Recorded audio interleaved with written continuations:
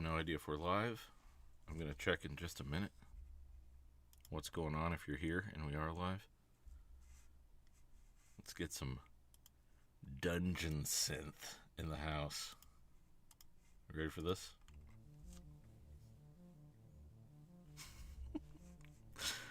I don't know if this is live or not. I'm just going to assume it is. Hello, welcome. If you're just joining us for the very first time, this is the culmination of the Let's Prep live streams I've been doing thus far. What's up, Bacon? Better with bacon. Everything's better with bacon. I've been molding live a ShadowDark dungeon crawl. Oh no, I'm lurking. What's up? What's going on, Phil? And we came up with a theme for the dungeon. It led to this, like, weird kind of hybrid, yes, not hibernation. Hybrid of a aboleth and a rust monster, but instead of rust, it destroys glass, so it's like a shatter kind of spell. And man, this sucks. I thought I was going to be able to see the chat here. Let me pop it out and see if it works. I don't see the chat, which is really unfortunate. So I'm going to go to my own stream right now as we're talking and just pop out the little channel here. I got to mute my own stream though. Whoop. I don't want to hear that. Okay, there we go. Now pop out the chat. That's what I want to see. I want to see your beautiful text and nameplates. Hey, what's up, Runeforged Games? Awesome to see you here. Thanks for joining us. All right.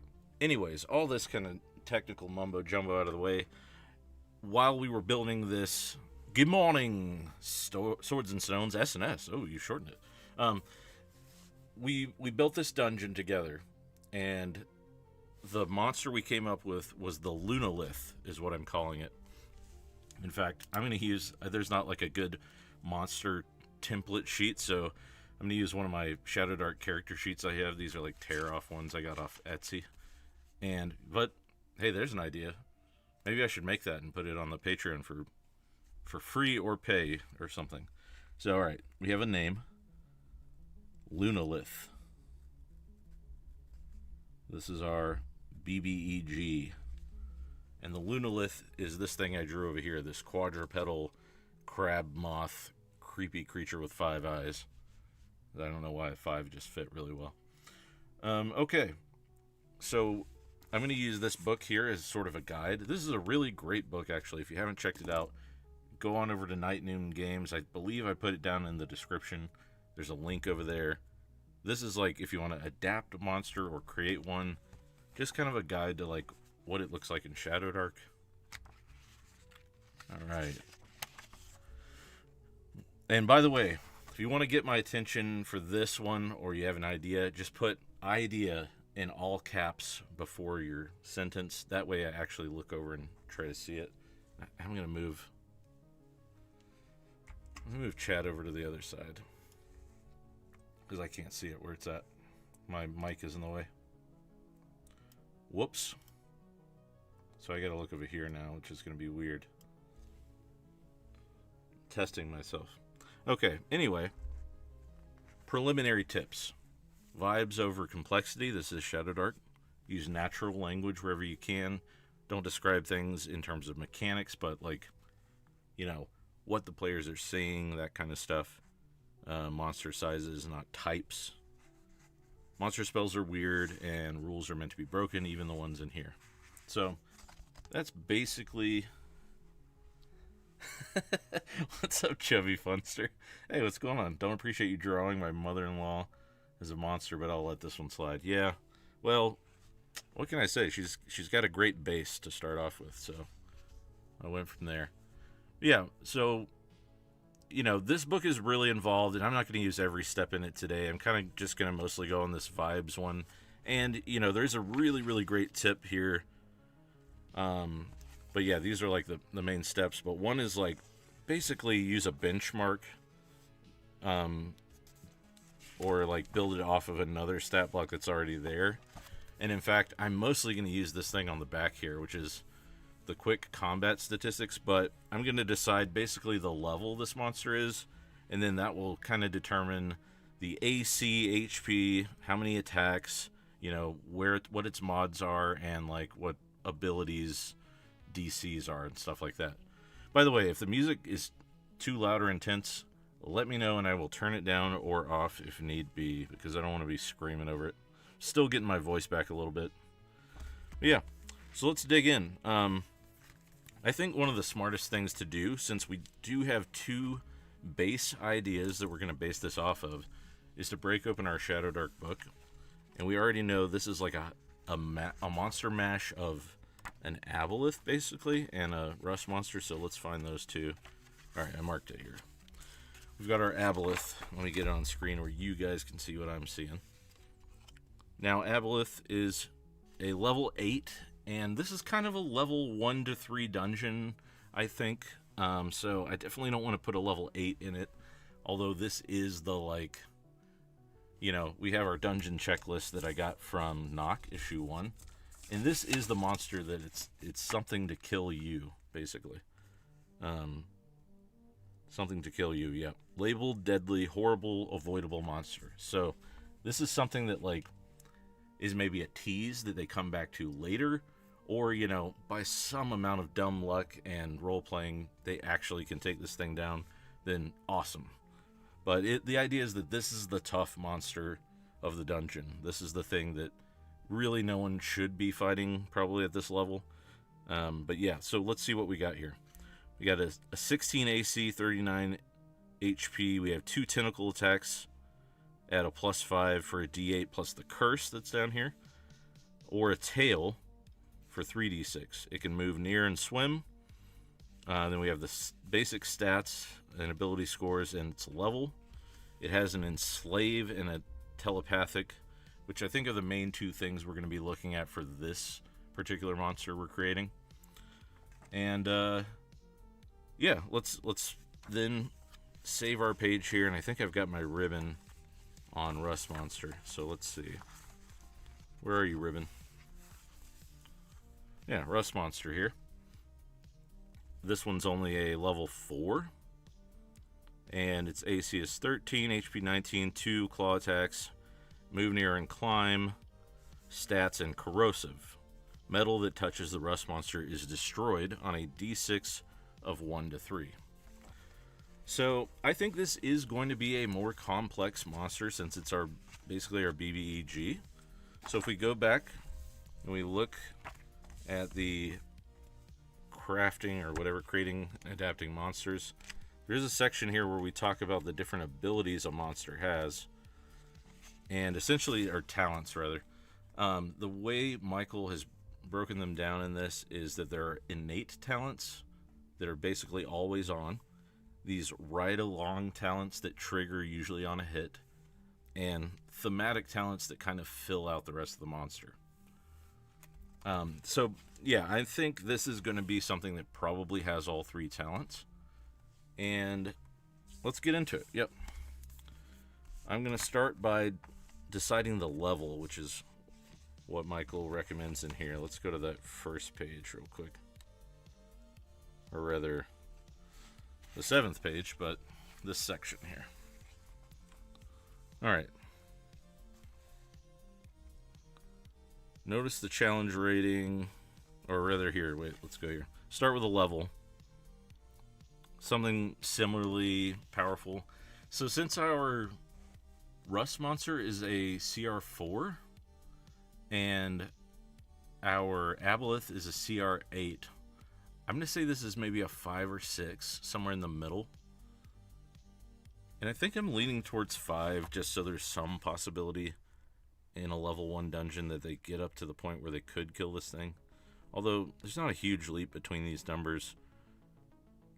24 HP to 29. So this one has 3 attacks versus 2. I think I like a 5. I think we're going to stick with a 5 for this thing. It's not quite the threat, the known threat of an Aboleth, but it's a little more intense than just your average Rust Monster. So, for here, I'm going to write this under level. We're going to put a 5. Alright, and then just based off this, we can change this later if it feels right, but I think I'm going to go with all the main stats here with the 13 AC, 24 HP, which we'll find out when we start rolling hit dice or get into that part. 2 attacks. And I'm just going to write pincers for now. This thing has some pretty mean claws in the art we've drawn up. And then they have it at a +4 for a D8. So I'm going to put that down here too.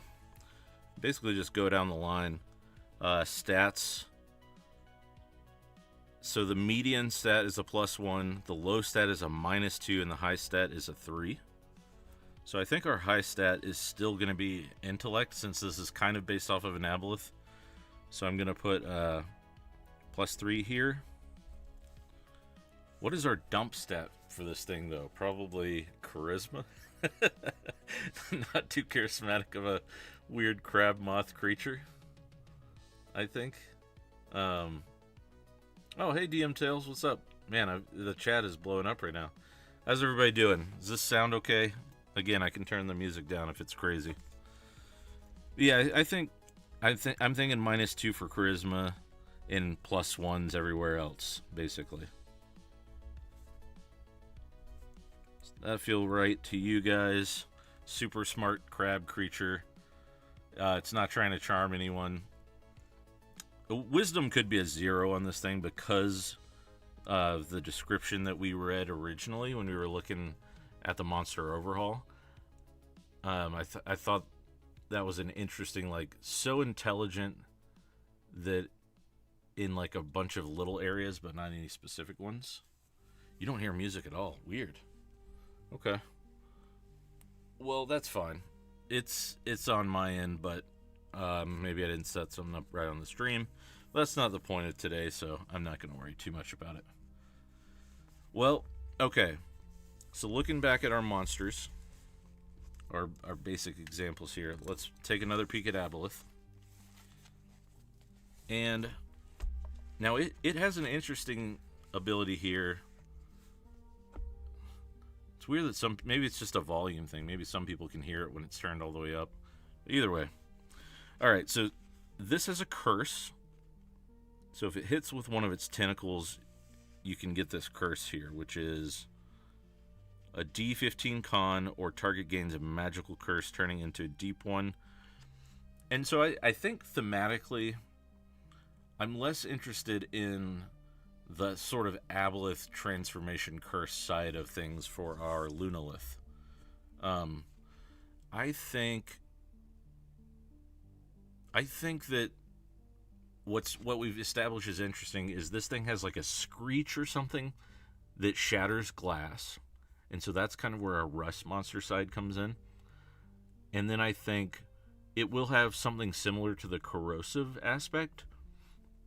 But I don't dislike it having a telepathic ability as well. Like something that confuses. Maybe if the sort of shatter screech doesn't shatter any glass, it could still confuse the players. So maybe we could tie that into one, or we can make it like some other kind of triggered ability. But it's definitely going to be telepathic. I think we leave that in. I like the idea that this thing is just creepily talking to you in your head, and it's almost like resonating, like as if through glass. Yeah, so let's keep that. So I'm going to go ahead and jot that down under talents or spells in this case here, because there's not going to be a lot of room. I think this is going to be our main ability right here, and then I'll just kind of fill in the rest of the stuff over here. So we have telepathic. And essentially reads the thoughts of all creatures within far. I'm going to say reads and communicates. Is that kind of a given? Let's see. Read the thoughts of all creatures within far. I don't know if it is a given, but I kind of like that this thing has this terrible bug face, but is talking to you in your head. That's just creepy to me. Reads and talks.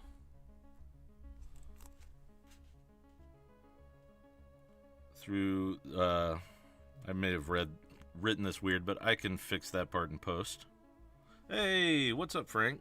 Thank you, appreciate it. Yep, 4K. And, you know, I forgot to say this at the top of the thing here, but you just reminded me of it. I'm going to do a special giveaway. If I hit 5K subs by January 1st, I'm going to send these two beefy bad boys to somebody. So, you know, keep an eye on my live streams. Hit that bell icon so that you know whenever I do make the big announcement about who gets these, because we're already a third of the way there. I checked right before the stream. So, a third of the whatever next 1,000. So yeah, basically by the start of the year, if we hit 5K, I'm sending these to somebody. So, yep. Check it out. Can't wait to hear me talk about Draw Steel. No one wants to hear me talk about Draw Steel. I will tell you that right now. I will let people enjoy what they like. There's a reason I'm giving them away. Anyway. Alright. Reads and talks through thoughts.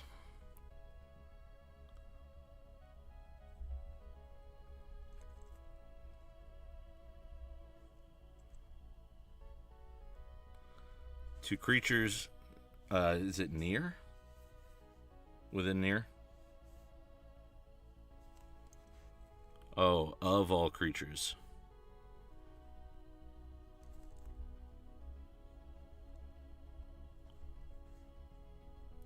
Within near. So yeah, it like projects its voice. What if you need to make a charisma check in order to lie or deceive this thing, separate from mind control? This is just a function of the hypnotic eyes. Oh, that's good. This is why Chubby Funster is the adventure writer right here. He's got good stuff. Go check it out. Yeah, so I'm going to put an asterisk here because I like that. That perhaps the telepathic ability is only one way, basically. And I'm going to draw a little arrow and write one way, because we can touch back on that later.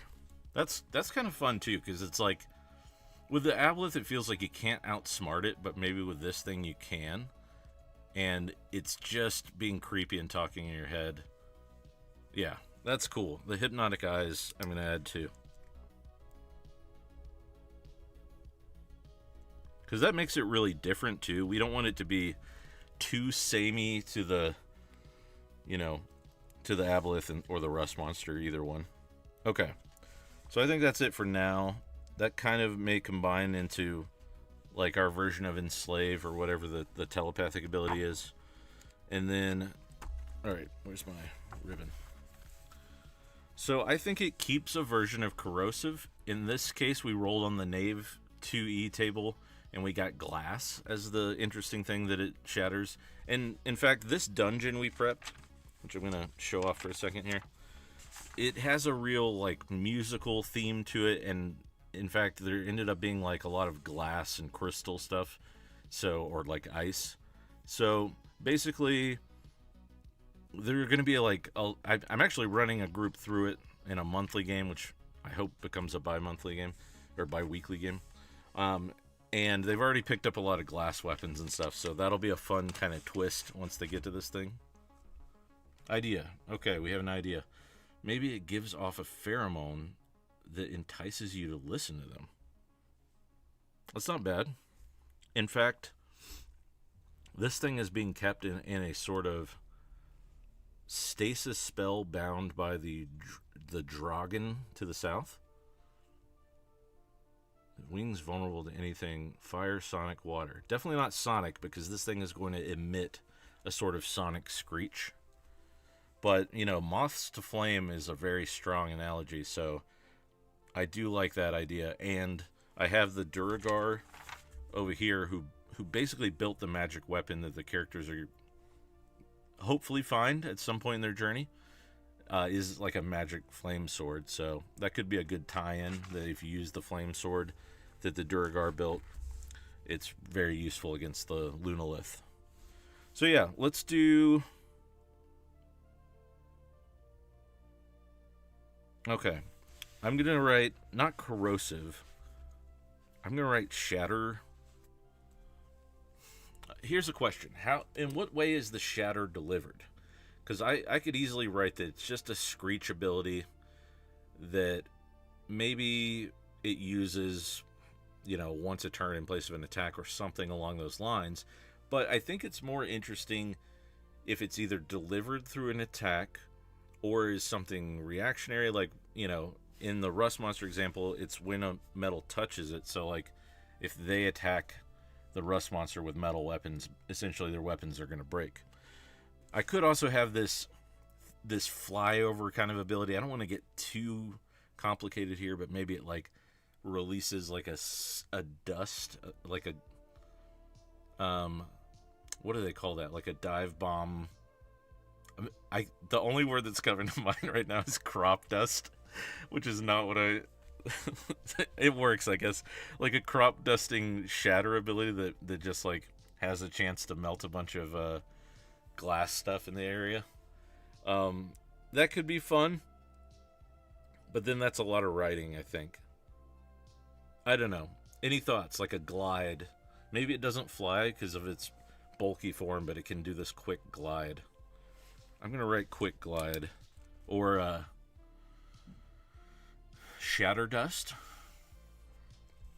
Let's see where this takes us. I've almost talked myself into this idea already. Shatter dust. Because we have some sort of telepathic hypnosis that maybe lures them in and then it shatter dusts them. Like it does a quick glide over them. And that instead of like a... Because also like screeching and bugs, you know... This is getting really deep in the paint, but I actually did some research when we were coming up with this, and most bugs don't really make noise with their mouths. They usually like rub their legs together, or let's be real, some other things for mating reasons, and that's where a lot of the sound comes from. So I almost like better this idea of it just gliding over, releasing this whatever it is, pheromone dust that just shatters or melts glass or things like that, and then maybe we'll do something that's delivered by the pincer, something different. But then that's a lot of things going on. So let's tackle this first and not get too distracted. Shatter dust. I'm gonna say glides up to near. So let's do this. I don't think glides is a term in ShadowDark, but that's fine. Glides up to near, releasing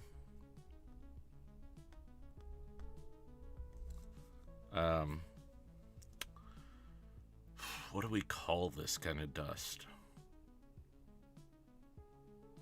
I like pheromone, whoever said that idea. Give it a goal that is not kill everyone. Like maybe it just wants gemstones, and if you hand over gemstones it will leave you alone or even help you. Yeah, and I think that totally makes sense in a like in the adventure description, right? Like which I'll put an asterisk. I'm gonna write a lot of things here in the free to carry, and I'm gonna say wants gems. This is maybe my only gripe with ShadowDark as a whole, is that there's not a motivation on a lot of the monsters. Like sometimes it fits into their basic description, but I really love my monster overhaul, and there's like what it wants, how it talks, how it acts, you know, what it attacks first, that kind of stuff. Anyway, Shatter Dust glides up to near, releasing... I'm going to write pheromones. I don't know how to spell it, so I'm going to look back where you said it. Who said it, actually? Swords and Stones? Pheromone. I'm going to just say that shatters glass. And I'll clean this up in post, as always. And I'll write like 3 out of 6. Is that what corrosive is?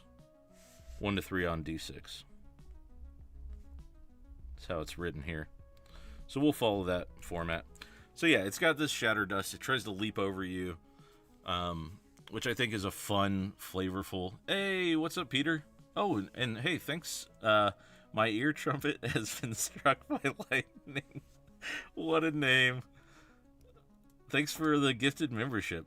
And welcome to the Goblin Clan, Erudite DM. What's up, Peter? How you doing? Good to have you here. I need to watch your video.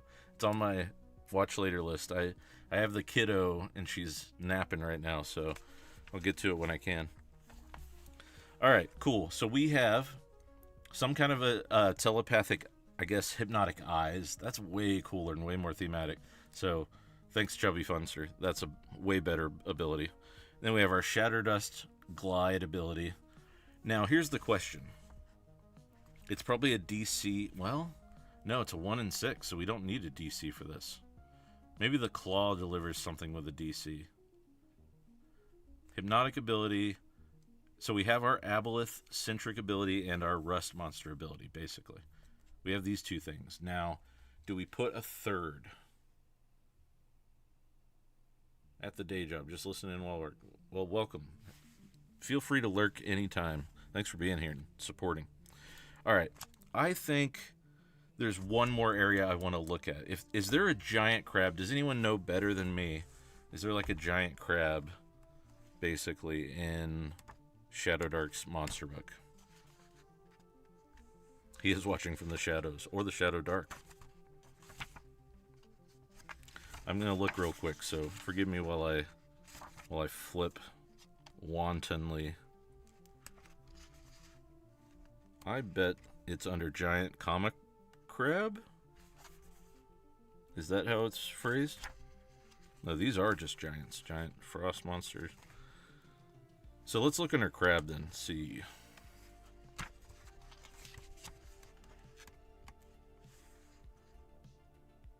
Or is a Chol still a thing? It's probably right in front of me, yep. Because this is kind of giving me Chol vibes too. Which has a grab, DC 15 strength, or held in pincers. And a 15 strength to break free. So, pincer is 1d8 plus grab. So that's like if it hits. So yeah, that's a cool way to do that too. This could just be that this thing has a hypnotic eyes. Does... Oh, is this weird though? If like... Here's the weird question. If you're a player, you get grabbed by this thing, and then it leaps and it does the glide. It's kind of transporting you across the battlefield, and now you are just wherever you are. Phil says he likes Chubby's idea of a non-combative crab. Yeah, I mean, if we look at Aboleth, which was the core place that we started here, you know, we're writing a monster stat block, so it is going to be, combat-centric. So, like, yeah, Aboleth doesn't just go in, usually, and its first thing is, like, start grabbing people. But it does have 2 tentacle attacks with a curse. And, you know, it tries to mind enslave you. And then, yeah, read your thoughts. So, it is going to be one of those more role-play heavy kind of encounters, which I don't disagree. This can very well go that way. But if you see this thing in the hallways of a dungeon, let's be real. What are the odds you're going to take a long time to talk to it? I do like that its approach is hypnosis first with its eyes. It tries to use this like glowing eye effect and lure you a little closer so it can grab you and then, you know, hit the rest of your friends with its pheromone dust. So, okay. I think I have my answer. I think it does use the Chol grab. I think this thing could be pretty terrifying as a foe. And remember, this is our BBEG of the dungeon, so... How many limbs does Lunalith have? Decapods are giant crabs that have 10 limbs. Yeah, it has 6. It's got 2 pincers and 4 legs, essentially. But then, you know, wings, so... Is what it is. Alright, I'm going to go with... My response would be destroy it with fire, yeah. Which we did decide maybe it does have a weakness. And I'm not sure if that is, like, just written in ShadowDark. I don't actually mess with the monster design enough to know. Let's see. Fire blood immune, fire immune. So I could say, you know, maybe the moth wings could be easily burned, so it has a weakness there. And in fact, I'm going to close my book for a second and pull out this one, because if it has been done, our friend Michael wrote it in here, because there's a talent bank in this book. So there are 2 corrosives. I just noticed that. Metal and non-magical metal. Interesting. So let's take a look at impervious. We have a lot of, like, immune to stuff, but I'm not seeing a lot of, like, weak to things, which is interesting. In fact, I'm going to go to the W's just to see if that's where it would be. Now, ride-along talents are different. These are kind of our reactionary talents. Breath petrifying. Could just be a breath. Maybe that's better than calling it a shatter dust. But I do like the sort of, like, in my head, it's very evocative that this thing leaps and glides and maybe its wings sort of glow and it releases this dust. I think I'm thinking of, like, a Dark Souls fight that's just, like, lingering in the back of my mind or something. Hey, thanks for stopping by, Chubby Funster. As I said before, great adventure writer. Check out his series on breaking down adventure stuff. It's awesome. If you've come here because you're enjoying my Let's Preps where I build a dungeon, Chubby Funster does excellent breakdowns on, like, what is good to have in a dungeon and what isn't necessary and things like that. Yep, check it out. Alright, I don't see weaknesses anywhere in the design, so I might be going against ShadowDark design by adding a weakness here. And maybe that's, like, just too much data for, like, our little stat blocks, basically. If I see one anywhere, let's see. If anyone should have one, werewolf, right? Only damaged by silver or magic sources. So it's really more of a resistance once again.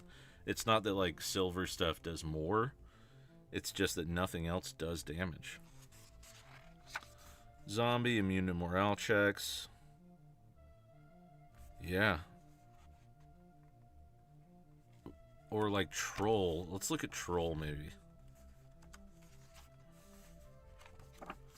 Just for fun.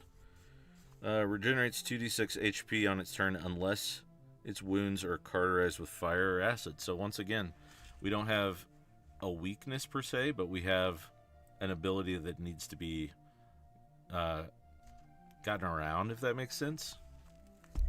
So I don't know. I like the idea that maybe I'll just have the sword deliver the buff, if that makes sense. Like, deals extra damage to... I don't know. I hesitate to say outsiders because that makes the sword way stronger. But I'll think on that. Anyways. Okay, so treat like an allergy for a weakness. In what way? I'm curious. I think I see where you're going, but I want more. Alright. So we have our pincers that deal a D8. And I think there is a curse or something on these. So we either put that, like... Because so far it's all, like, reactionary, right? Like, glides up to near, releases a pheromone, shatters glass, on a 1 to 3 on D6. Technically, vampires and werewolves are allergic to silver. Oh, I see. Maybe it just fears fire. Maybe that's what it is. It's afraid of fire. So we could do that heavy lifting in the description of it. So I'm going to write up here, afraid of fire.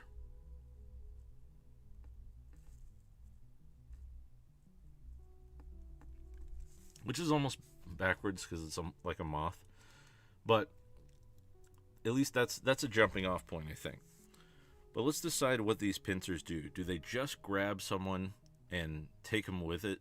Like basically as it glides and does this shatter dust? Or does it deliver something else like a curse? Because the aboleth changes things, but I don't think, again, that we need to 100% go like right in line with the aboleth. But I almost like that maybe it starts to crystallize them or confuse them or something.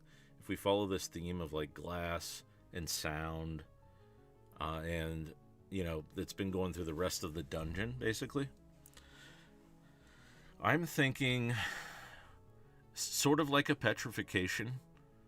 Or maybe it changes non-magic metal to glass when hit. So maybe that wouldn't be a on a hit, but instead is one more sort of ability it has. And that kind of caps us at 3 abilities, which is what I've seen for some of the larger, more involved creatures. So I'm going to say chrysalis. Is that the word I want?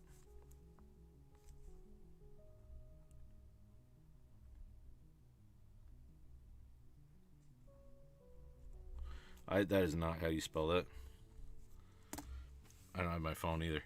Someone Google chrysalis.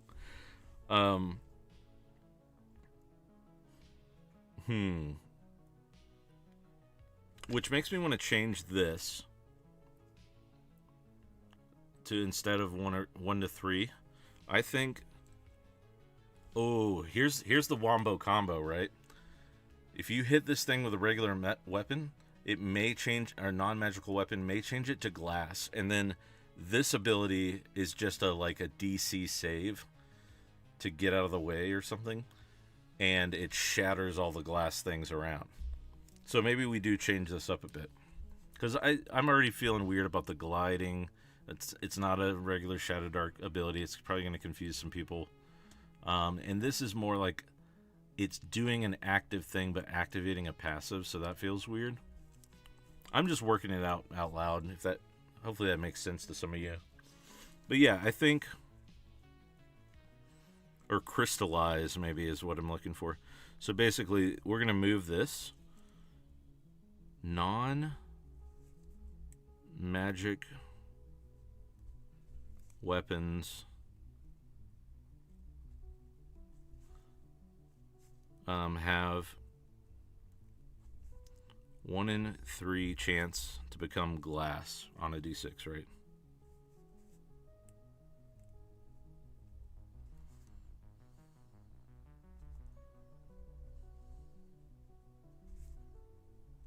And now glass weapons, in my mind, they're the same. They deal with the same damage, things like that, except they break on a 1. So it does kind of like risk ruining your weapon in a different way. And I'll write that down here. Glass weapons break on 1.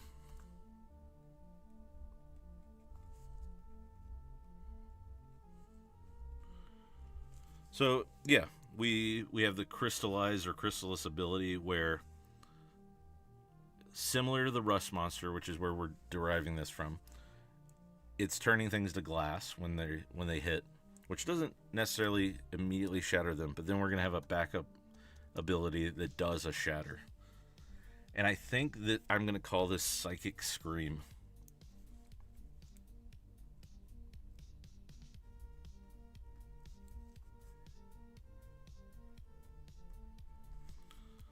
And I ran out of room, so I'm writing it down here. And I think the Psychic Scream, if we go back to our original template here, we were at a 5, so it's going to be a DC 15. What do we call this? What is... if it's glass, it feels like it would be Dex, but if it's like a psychic ability, it feels like it's intelligence, right? But I almost want it to be kind of both. Like you have to get out of the way of the psychic scream, or it shatters glass or confuses you, something like that. So I'm going to say Dex for now. Seems to glide over the surface. Psychic scream, kind of like Scanner's movie. Oh man, I'm going to lose some nerd cred here, but I have not seen that movie. But maybe that's where I osmosis the term from. I have proximate knowledge of many things. Okay, so I'm going to say Psychic Scream. And I'm going to base it off of a breath weapon. So let's go look at our breath weapons. Okay, so let's just use Breath Ice as an example. Fills a double near-sized cube extending from the monster. DC 15 Dex, or 4d8 damage and frozen for 1 round. I'm going to say Psychic Scream, double near. We have a straight line, cube, a near-sized cube, double near cube, straight line. I'm seeing lots of near-sized cubes. I like that. Let's say fills a near-sized cube. Because this is only level 5. Cube. And let's say, does it say like a, no, there's not a template for ability there, but extending from monster.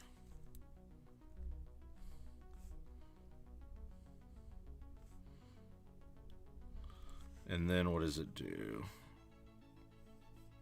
I liked the ice one because it said DC 15 Dex.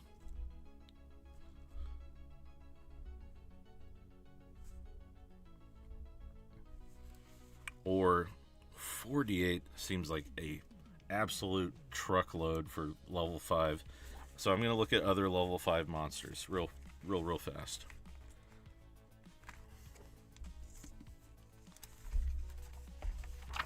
All right. And how are we doing on time? I got 15 minutes, basically. Let's find another level 5 monster with like a AoE ability, because I don't want to just loosely base this off of nothing.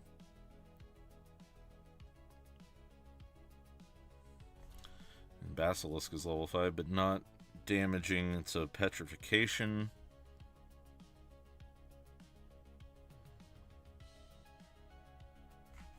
This might be harder than I thought. Chimera is usually like a... Oh, that's a 10. Maybe I'm thinking of 5e. 8. 4. 4. There we go, 5. That's our Chol again. Not a lot of level 5s, so this is good. Maybe we're making a niche monster that fits a role that isn't there.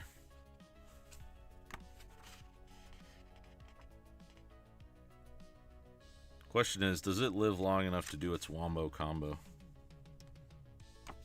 Alright, Swords and Stones, thanks for stopping by.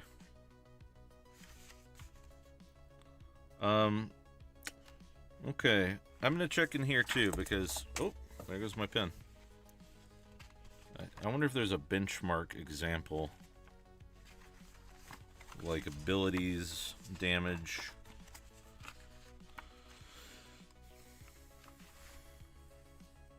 Are these in order? That would be super cool, right? No, they're in order of alphabet. Basilisk. It's a level 5. Well, I'm not going to fiddle too long with this.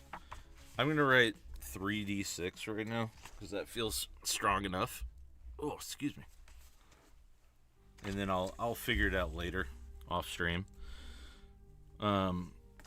Now I gotta go back to our breath weapons. So, or 3d6 damage.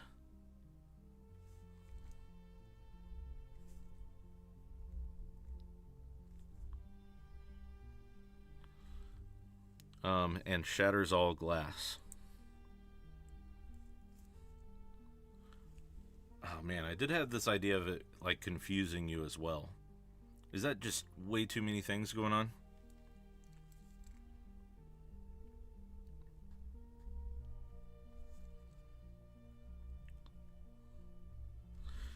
That feels like too many things. Fills a near-sized cube, extending from the monster, DC 15 dex or 3d6 damage, and shatters. I didn't write all, but all glass. Because that is sort of our wombo combo, right? Like, you hit it with your weapon becomes glass, its psychic screams at you, it breaks your weapon. And then, I like that this telepathic ability actually just lures you in close.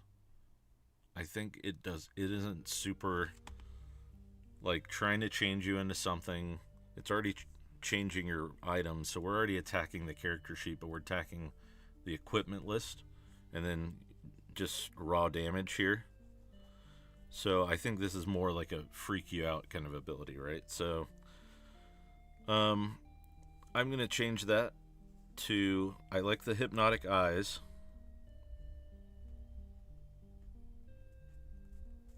Do we have any abilities that work any way similar to this?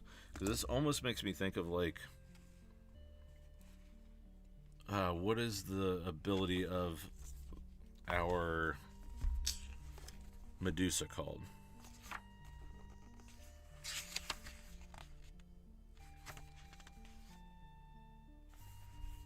Medusa. Any creature, including Medusa, who looks directly at Medusa, DC 15 con, or petrified.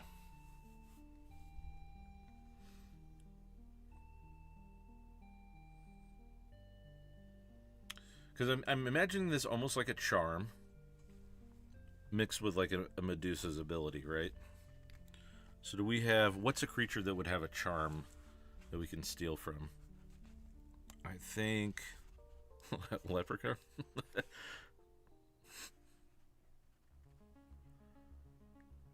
Harpy song, but visual. Okay, let's check out Harpies. GH.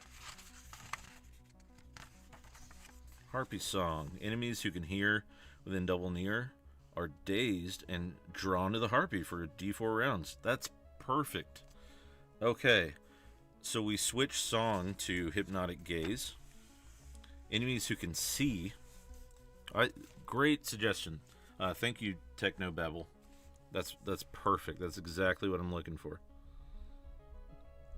Okay, so yeah. Enemies who can see.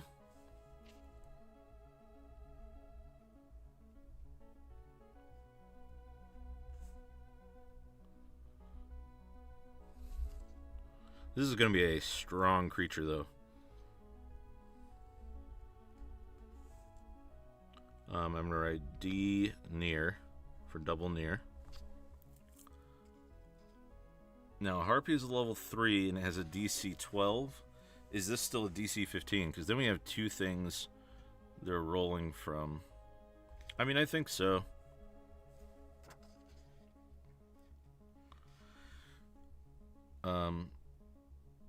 DC 15 Charisma. And I like that it's Charisma because this is like a force of personality kind of ability. So let's keep that. And instead of dazed, is there a confusion? I don't even know what dazed is in ShadowDark. I don't think there are. Correct me if I'm wrong. Are there conditions in ShadowDark? Let's put a pin in that. I'm doing that in a module. Nice. Well, you knew exactly what I was looking for. I'm just gonna look in the front because I honestly am not sure. I don't feel like I've ever seen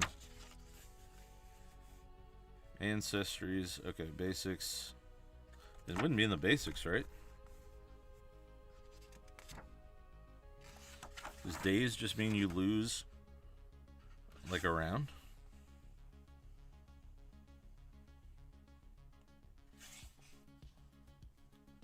Traps, hazards.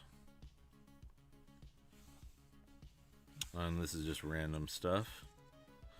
Yeah, I don't think there are... Which is funny, because, like, how do you adjudicate that at the table, then? You know, if you say, you failed your check, you're dazed and drawn. Maybe it's just descriptive. Okay, so let's just say...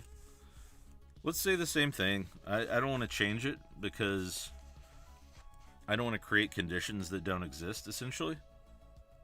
So we'll say hypnotic eyes, enemies who can see within double near DC 15 charisma, or dazed and drawn to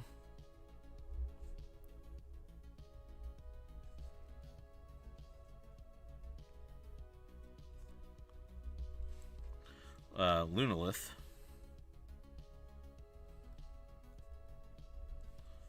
for D4 rounds.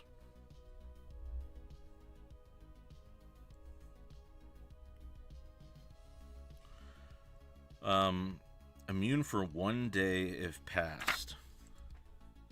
Yeah, we should probably do something similar.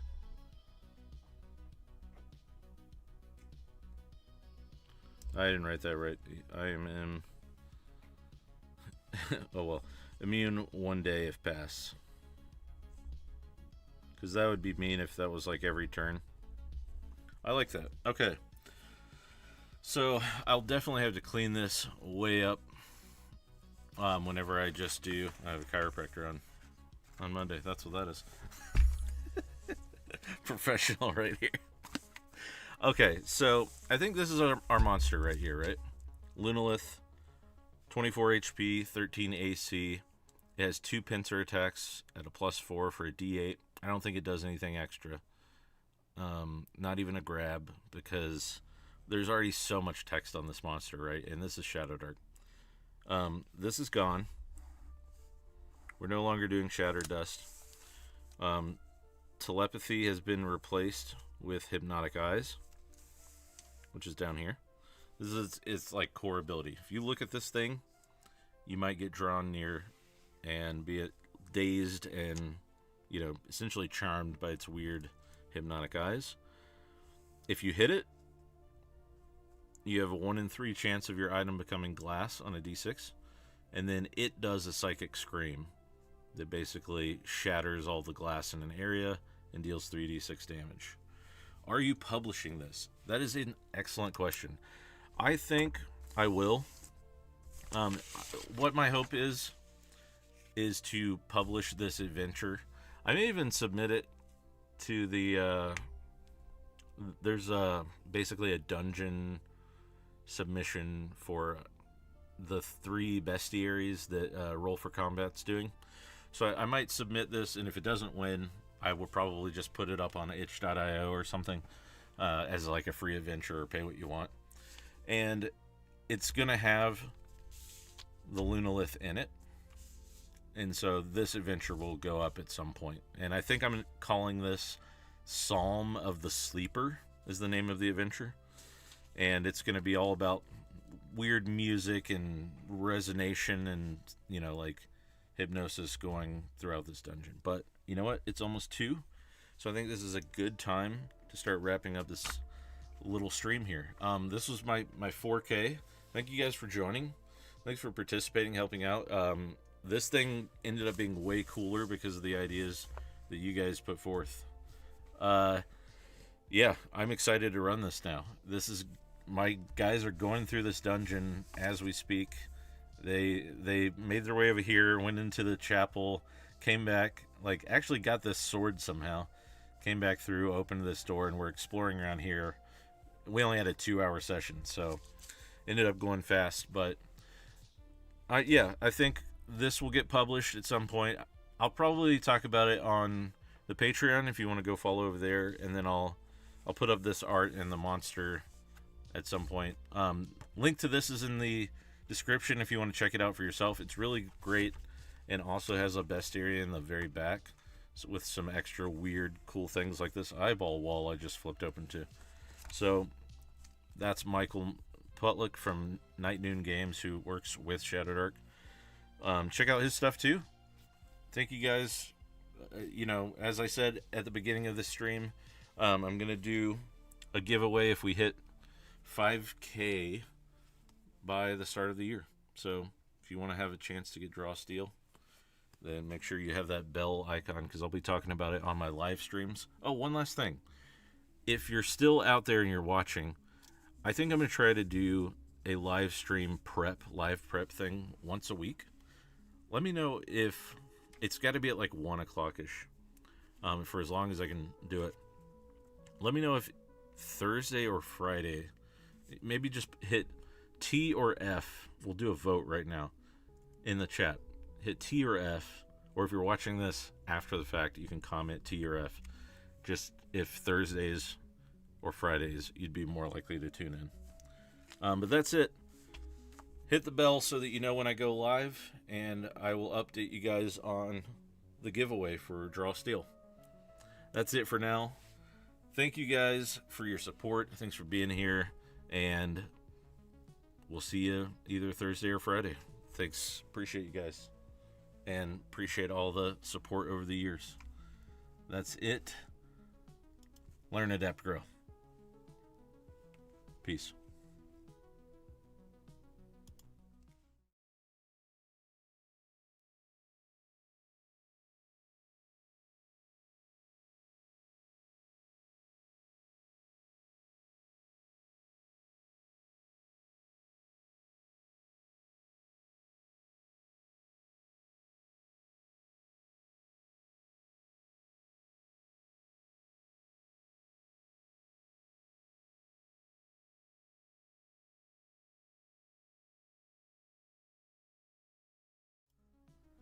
Hey, one more thing if you're still here.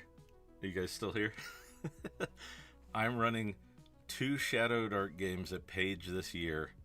So sign up for those.